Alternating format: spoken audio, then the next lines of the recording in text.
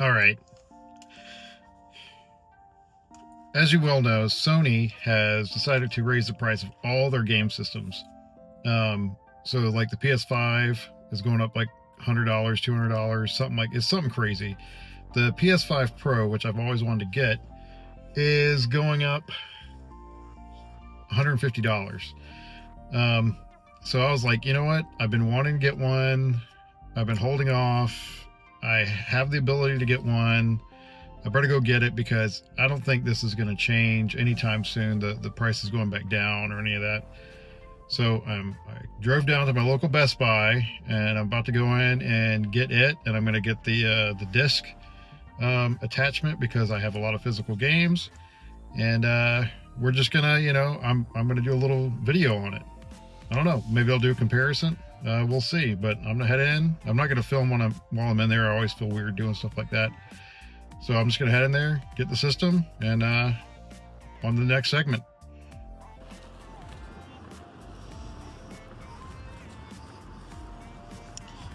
Yep. I picked it up. I'm a wimp. Can't leave a good deal. All right, guys. I did it. I picked it up. PS5 Pro. And since I'm a physical collector, I got the disc drive too. So, did it on their no interest, so it didn't hurt as much. And I'm going to try to sell my regular PS5. If anybody's interested, if I still have it. Anyway, let's get back to the house. I got a little bit of a drive ahead of me. I don't live real close to a Best Buy. And let's get it hooked up and try it out. I'm really, really excited to try out Final Fantasy VII Rebirth on here that I've been playing through. Because it does look a little blur on the regular one. And I hear it's way better on here. And it's using the PSSR 2, I think. They upgraded it to use that. So, anyway. Let's go on to the next segment, guys. I'm excited. Oh, and the other thing, my PSVR, apparently, it's going to look a lot better on some games. Or all games. We'll see.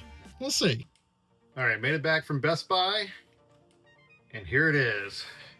The PS5 Pro. Yeah. I had to get it. I'm really excited about playing Rebirth on this, like I said previously. They had an open box one, but it didn't have this cover over it, and the box looked like it was like wet on the bottom. The console looked fine and everything. It was $50 less, and I'm like, I'm a box physical collector. I'm gonna get the new one. So I picked this up, put it on there, no interest, and then I got the disc drive here. So let's get this puppy hooked up and let's see what the games are like. Let's do it. Well, you know what? First, let me show you what's in these boxes. Then I'll show you what the games are like. Sound good? All right, here we go. We got a 2 terabyte, 4K, 120 hertz. HDR. Funny enough, the original PS5 said 8K on it, but apparently this one can in some way do 8K from what I saw recently. So I like how they try to make this sound cool. Disc-free console. That sucks. You need one of these, which costs more. So anyway, let's open this puppy up. It has one of these, I don't know, almost like a fabric-y paper type sticker on them that they've been doing recently on their consoles. So I'm gonna cut through that. And let's see what it looks like in here. All right, nothing special yet. I'm gonna lay this down. I don't want to like mess the box up in the process, but it's really hard to get this out. Okay. There we go. Hopefully it didn't mess up the box too much. All right, I guess I'm gonna do it more like that. Bonk. All right, so this is just like a, a thin, papery type box, which for us collector people is going to be kind of a problem over the years. So just try to take care of it, I guess. I don't know if they make protective sleeves yet for this system.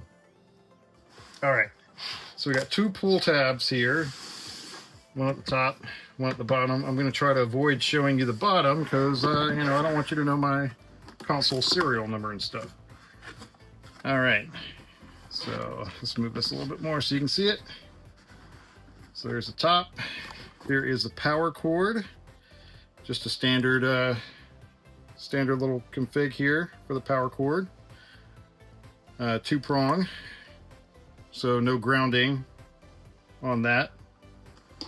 And I know this is kind of silly, but this is like a paper twist tie on it. So now what is this?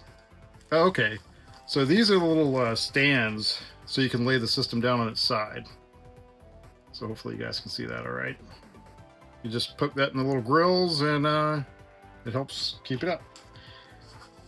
It's nice they put it in this little bag so they didn't get too scratched up. I'm gonna do that and put them back in the bag. All right, so we got little pull tabs here. This one has a pull tab. Just lift this up. Here is the PS5 Pro controller, which to me is it looks like the same controller. Doesn't look like it's anything different than the first PS5. So has a headphone jack and everything. Everything feels good. All right. I will keep that out of its little bag. It's got a little like description of how to pull out the box or pull out the PlayStation right there. So lay it down. So we'll do that when we get there. All right, and we got USB-C cable. I am not sure if this is like, what version of USB-C this is. Doesn't seem to indicate on the cable here. And then an HDMI cable, which I'm assuming this should be. No, this is just a high-speed HDMI cable. So these high-speed HDMI cables are 18 gigabit, I believe. And for something like this, especially if you're running it for like 4K 120 hertz, you're going to need I think it's called a premium high-speed HDMI cable that you can get them certified. But that's what you're going to need to use if you want to hit those specs, because this is, I believe, using a HDMI port on the back that's a 2.1, and you need to also have a 2.1 port on your display and the right cable to get the right resolution coming out. So we got the PS5 Pro quick start guide. Oh, it's actually color images in there. Wasn't expecting that. They're usually cheap out on that stuff. Not that that's a huge deal. Anyway, that's that one, and then there's a pretty thick safety guide. So yeah, interesting. All right, we'll put that over here. Let's see. Pull this out. And pull that out. And let's get this thing unraveled here.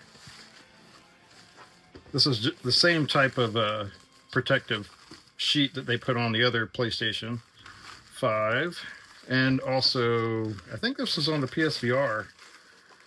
PSVR 2. All right. So the king of the show here is, here we go, PS5 Pro. And my camera just keeps deciding it wants to zoom out more and more for some reason. Let's see. Oh, here we go. Man, sorry about that, guys. All right. So here we go. PS5 Pro. So this is here's the back of it. So we got two USB.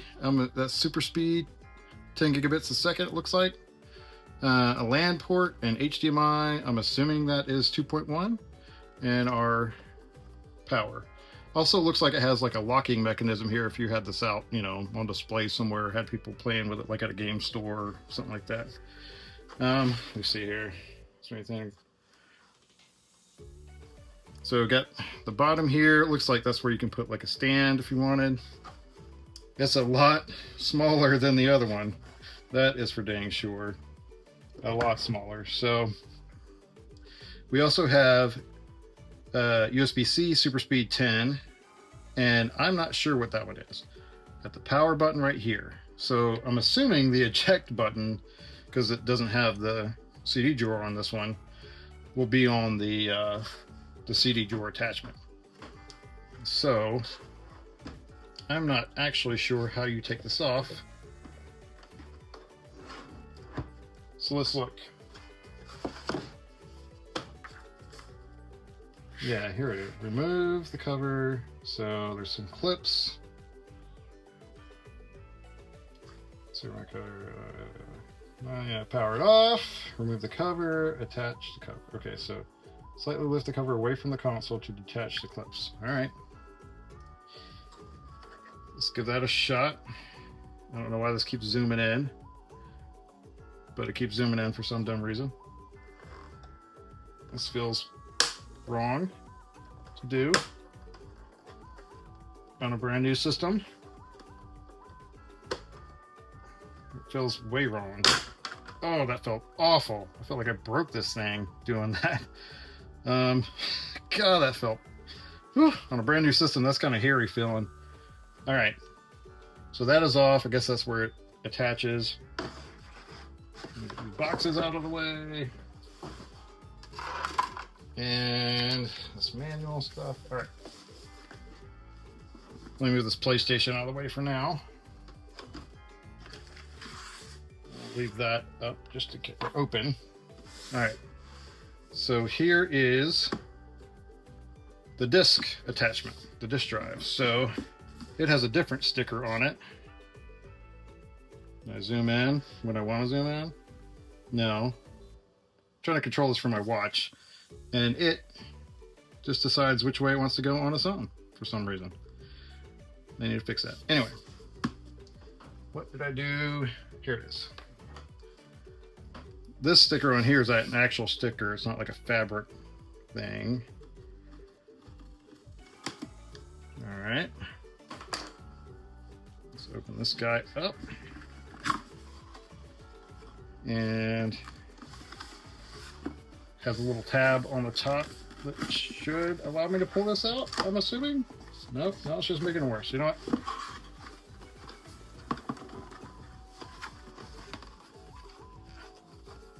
For some reason, Sony likes to make these things hard as crap to get out of these little boxes. All right, gee whiz. All right, again, these are just a thin little cover, so if you are a box collector like me, you might want to consider getting a protective sleeve or something like that, one of those plastic see-through ones in the future. All right, so let's open this guy up.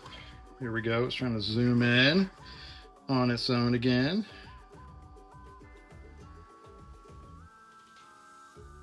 All right. So this one, look at this. Okay, so this comes with the stands too. So if you can see that. I'm not going to take them out, but yeah, there's some more stands in there. I'll put that off to the side. And what do we got here? Looks like, oh yeah, okay. I guess that makes sense. We need a whole new cover for the side of it. There we go again with this weird, why is it doing this? I might keep all this complaining in just for kicks and giggles. Anyway, has that. So that'll go on the side after we put it in of the PlayStation. And here, I guess, is the disc. The disc mechanism. So it looks very, very raw. But yeah, there you go. It has a little connector here. Looks like it has some sort of foam, like silvery foam pad, maybe to keep you know, electrostatic discharge or whatever from affecting the port. Where the heck do the... Also, it's like a little rubber grommet. So, oh, there we go. I was like, where the heck did the disc go in? So there's the disc part. And what else is in here? It looks like the only other thing in here is this manual. So it's just showing how to put the disc drawer in, which I should probably look at. So here's the system. And I'm just going to line this part up with this, which, without reading the instructions. So it looks like I need to, there's some little like feet here that you have to hook in to these two little slots here and here. So we'll just hook those in, push that down. That's fairly easy to do. And I'm trying to use cinematic mode, which is probably a dumb idea on my iPhone, but and then I'm assuming this all just kind of latches back in place. All right.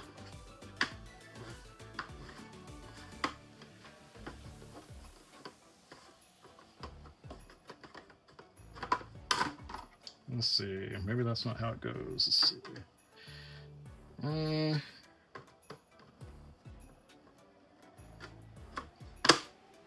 Okay, that felt a lot better. All right, so now we got the disc drawer with the eject button right there. We got a complete PS5 Pro. Finally in my possession. All right, so what I'm going to do is I'm going to figure out how to hook this up because I kind of want to have the PS5 and the PS5 Pro hooked up at the same time so I can do some testing. So I'm going to work on that and we'll go on to the next segment, guys. So see you in a few. All right, guys, here it is on my monitors. It's a good spot, I think, for it to be. But see, it's not really gonna tip over there or anything. But I can get to it pretty easy. So, and then my setup over here is where the original PS5 is at, and I have this nice little stand, and it has these fans that's supposed to blow open. I think I actually disabled these fans because they were too loud, but it does charge the controllers, and you can put games over here, so it's kind of cool. Anywho, let's turn the sucker on. All right, initial thoughts. I'm just on the setup screen. It's doing a software update right now. The opening sequence, I wish I could have captured on the capture card, but it didn't sync up, I guess. But it was really beautiful. I'm using an LG C3 42-inch TV as a monitor and game playing screen. Anyway, the opening, like, first boot up sequence, I guess you only see it once, maybe when you first, turn on the system for the first time. It looked really very sharp, very detailed. It was only for like 5 to 10 seconds, but man, I was like, whoa, that looks really good. So we'll see how this download goes and update, and I'll give you some more reactions. Okay, guys, finally got the system all set up, updated. I found it interesting that I did have to do an update to the attached CD drawer. Found that kind of funny. But anyway, after the updates and transferring from my OG PS5, I finally got Final Fantasy VII Rebirth installed. All of that stuff took a long time, so just be prepared for that when you are getting a new system. But looking at this game here, probably one of the, higher quality graphical games out there. I have this set on the versatility mode, I believe that's what it's called. So that does the PSSR 2, and I believe that this looks, just, from my layman's perspective here, I believe it looks better than it did on the OG PS5. I did notice a couple of weird anomalies with PSSR 2, which I'll show in the next clip, with like some background grass and things like that looking a little weird. But in this particular scene, I believe that it looks really well. Like the details in the walls, the reflections that you can see like off a cloud sword there. Just a ton of really good detail. Here, you know, I get close up on his face and you can see just you know how the hair is done, and I think it looks a lot better. I know a lot of people say it's just a minimal change, but to me it looks like it's a lot better. Maybe it's just because I got a new system and I'm excited about it. But anyway, we'll go on to this next clip here. If you look closely, you can see the banding on the foliage in the back. That's kind of a concern, because it is shown like that in a lot of spaces throughout the game. I had it zoomed in there. This part of the game, this gentleman here who has like, you know, a no sleeve shirt on, the detail on this particular character is pretty insane to me.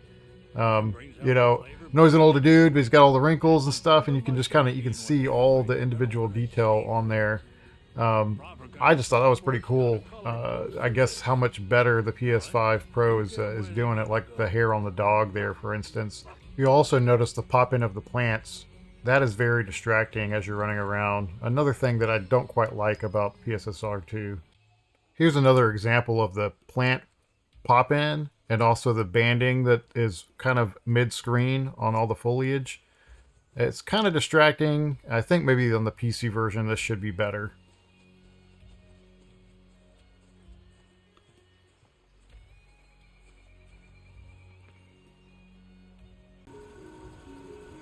In this scene, I just wanted to show how the refresh rate looks. Now, I don't have any special equipment like Digital Foundry does, but running this in the versatility mode with the PSSR 2, it gives you, I think, it gives you a solid 60 frames a second pretty easily.